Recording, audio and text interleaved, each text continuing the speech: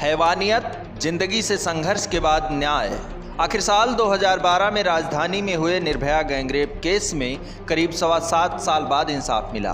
Tihar jail के फांसी घर में शुक्रवार सुबह ठीक 5:30 बजे निर्भया के चारों दोषियों को आखिरकार लंबी जंग के बाद फांसी दे दी गई। इतना ही नहीं, एक साथ हैवानियत को अंजाम देने वाले निर्भया के चारों दोषियों विनय, अक्षय, मुकेश और पवन गुप्ता को एक साथ फांसी के फंदे पर लटका दिया गया।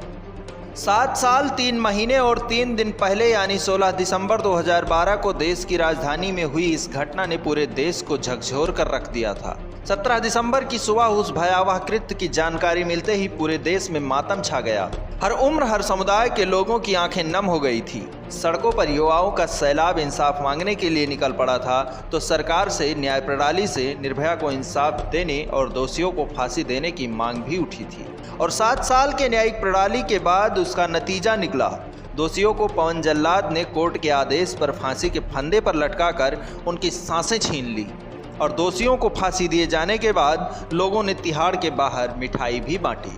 जिस तरह से निर्भया के केस में डिले टैक्टिक्स अपनाई गई, एक एक करके पटिशन डाली गई, लेकिन जिस तरह से पटिशन डाली गई उसी तरह से हमारी अदालतों ने सक्रिय होकर एक एक पटिशन को खारिज किया।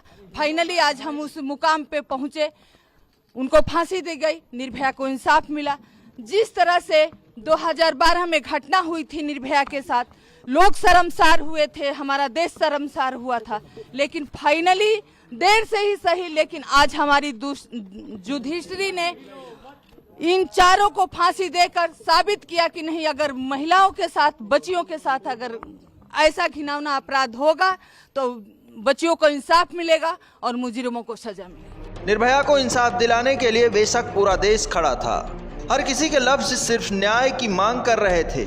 सदन हो या सिनेमा जगत, सभी जगह से निर्भया के दोषियों के लिए सिर्फ एक सजा की मांग की जा रही थी, ताकि दरिंदों का रूह कांप उठे और उस लड़की को इंसाफ मिले। लेकिन इन सब में निर्भया की मां आशा देवी ने लंबे समय तक इंसाफ के लिए लड़ाई लड़ी। इस दौरान ऐसी कोई भी तारीख नहीं होगी जिस दिन निर्भया की मां सुनवाई के लिए कोर्ट न पहुंची हो। ना तो निर्भया की मां आशा देवी किसी की खुशियों में शामिल हुई और ना ही कोई त्योहार मनाया। हालांकि दोषियों की तरफ से वकील रहे एडवोकेट एपी सिंह इस फांसी को लगातार टालने के लिए लगातार अलग अलग पैतरे आजमाते रहे और फांसी वाले दिन भी पूरी रात कई दलीलों के साथ रात भर जद्दोजहद करते रहे। लेकिन अंततः देश की बेटी को इंसाफ मिला और उसके साथ हैवानियत करने वाले दरिंदों को उनके असली मुकाम तक पहुंचा दिया गया। निर्भया की मां आशा देवी को सिर्फ एक ही फर्ज निभाना था, वो था बेटी के लिए इंसाफ। जिसने डॉक्टर बनने, लोगों को जिंदगी बांटने का सुनहरा भविष्य देखा था, वहीं जब आज हर तरफ की परेशानियों को झेलने के बाद दोषियों को फांसी दे दी गई, तो उन्होंने ऐलान किया कि 20 मार्च को वह निर्भया दिवस के रूप में मनाएंगी। आशा देवी का कहना है कि वह अब देश की दूसरी बेटियों के लिए लड़ाई लड़ेंगी। देखिए, फाइनली उनको फांसी पे लटका दिया गया है। ये आज 7 साल का संघर्ष था। ये पहली बार है जो 4 मुजरिमों को फांसी पर लटकाया गया है। ये पहली बार है कि एक देश में बच्ची के साथ रेप बलात्कार हुआ था, आज पहली बार उसको इंसाफ मिला। आज का दिन 20 मार्च है। आज का दिन हमारी बच्चियों के नाम, हमारी महिलाओं के नाम, क्योंकि आज का दिन निर्भया को इंसाफ मिला, पूरे देश के बच्चियों को इंसाफ मिला।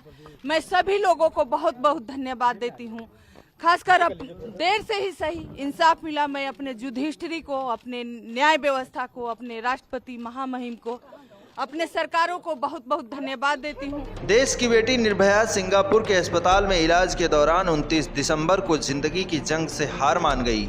घटना के 7 साल बाद बेटी को इंसाफ मिला, लेकिन क्या इंसाफ में न्यायपालिका ने देरी नहीं कर दी? पीड़िता की मां ने बेटी को गंवाने के बाद अपने 7 साल नहीं गंवा दिए। ये सवाल हमेशा हमें ये सोचने पर मजबूर करेगा कि क्या हमें हमारे न्याय प्रणाली में बदलाव करना चाहिए।